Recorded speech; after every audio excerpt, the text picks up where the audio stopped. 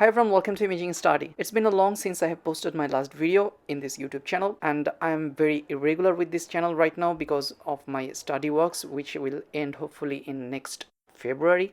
So it's a very long time. Anyway, let's jump into our today's content. We will talk about the rectal mass with some extra-rectal invasion, which we'll see here today in this session. This was a 37 years old male patient who came with perrectal bleeding. He was diagnosed as a case of rectal carcinoma with perrectal examination, but there was no histological findings at the time I was scanning this patient. So it's a very fresh case for us, and let's see what we have got on ultrasound. So this is the picture of the urinary bladder in transverse and longitudinal section. You can see overall the urinary bladder looks quite normal, but at the posterior part of the urinary bladder, this is not the prostate. There is a heterogeneous mass at the posterior part. So we need to focus it a little carefully. So let's jump into the real-time imaging. Here's the transverse section, and you can see there is an irregular heterogeneous mass at the posterior aspect of the urinary bladder. This is separated from the prostate. We'll see the picture of the prostate a little bit later. This echogenic line you can see here is the air or the lumen of the rectum.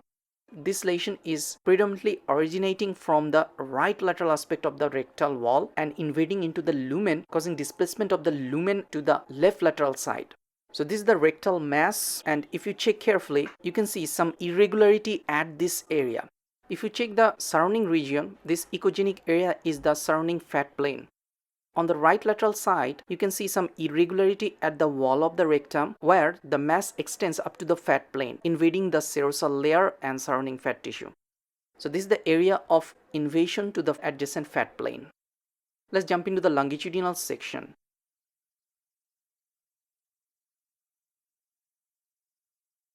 This is the rectum. This is the lumen, which is displaced here. This is the mass lesion, which is seen at the superior part here. And surrounding fat planes looks quite irregular and thickened. There is no definite invasion into the bladder wall, which you can more clearly visualize on MR scan. This is the area of prostate. We couldn't find any prostatic invasion also, but due to huge mass, the prostate was very difficult to visualize in this patient.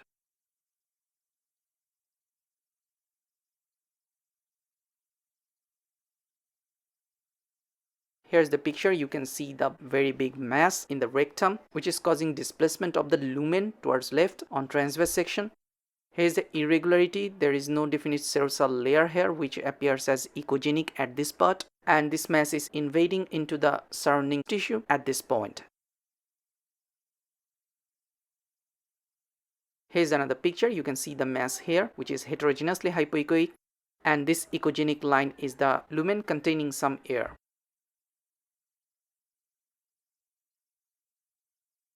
Here's a magnified view. You know I love these magnified pictures, and you can see the invasion of the mass into the surrounding fat plane well visualized here. How can I end a video without color Doppler? So let's jump into the color Doppler picture. Here's the color Doppler image. You can see prominent vascularity within the mass. So this central vascularity needs to be evaluated with a spectral Doppler. I always tell you to use spectral Doppler when you get a mass lesion or any abnormal case. You don't need to memorize those complicated talks which we have included into textbooks.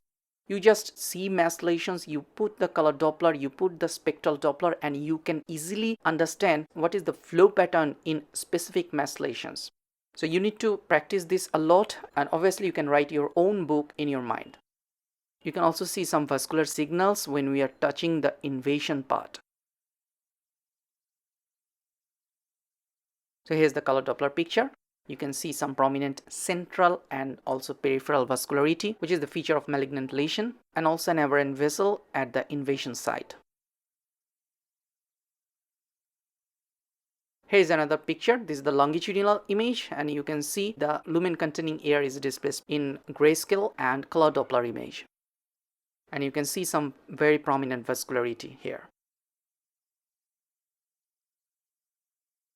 So we have checked the spectral Doppler here, and the resistance was around 0.89 with a peak systolic velocity of 51 cm per second.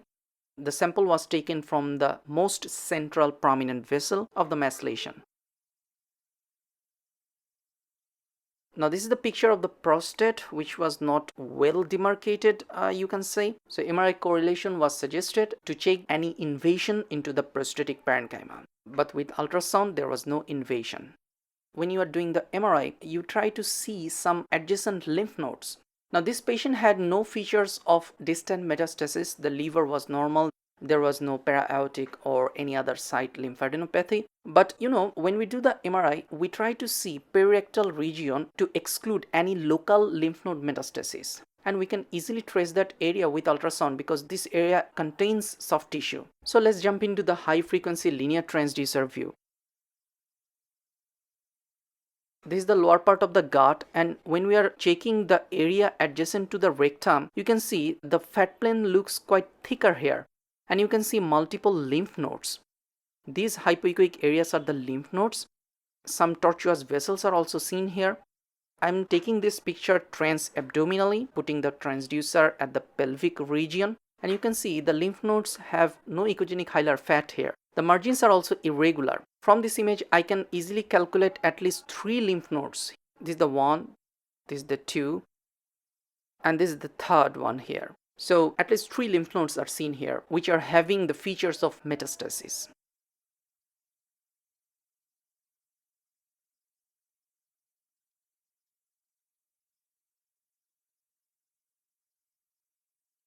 So this is the 3rd one that I have shown you before.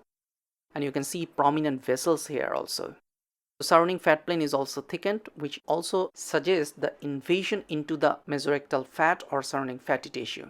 This is the urinary bladder here, which is partially filled, so wall looks slightly irregular, which is quite normal.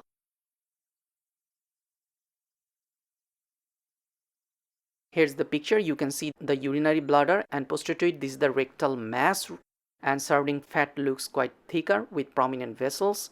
And you can see in this picture 2 enlarged lymph nodes at the fat plane.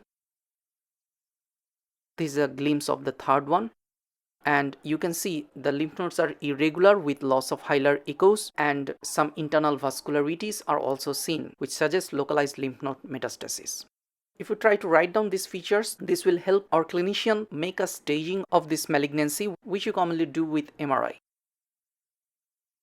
Here's the 3rd one, and you can see the prominent vessels adjacent to it within a thickened echogenic fat layer surrounding the rectum.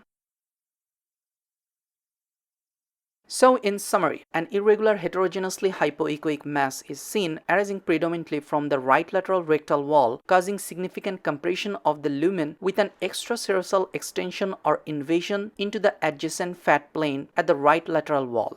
Color Doppler shows prominent internal and peripheral vascularity.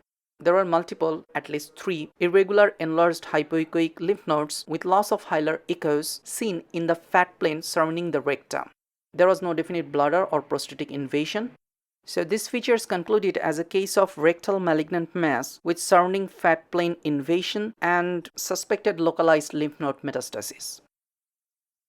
Now the take-home message. Well, in your practice, you may not have the facility of all the transducers. But if you have the transducers, you should use them. When you are doing the transabdominal ultrasound, not about the transrectal one, I'm not going with that topic here, a combination of convex, linear and transrectal or transvaginal transducers during the ultrasound scan may help you report down more findings with ultrasound, which we commonly report on MRI. You are seeing the soft tissue that we see on MRI.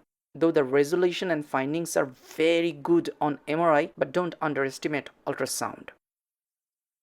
Thank you for watching this video. Recently, I have faced a very bad attack of tonsillitis. Unfortunately, I have recorded the ultrasound features of the tonsillitis in 3 consecutive days. So you will get the normal features and the change of tonsillitis in the very acute phase, and then the second part. I will try to post that video in this YouTube channel, so try to get connected with us. See you on the next one. Have a nice day.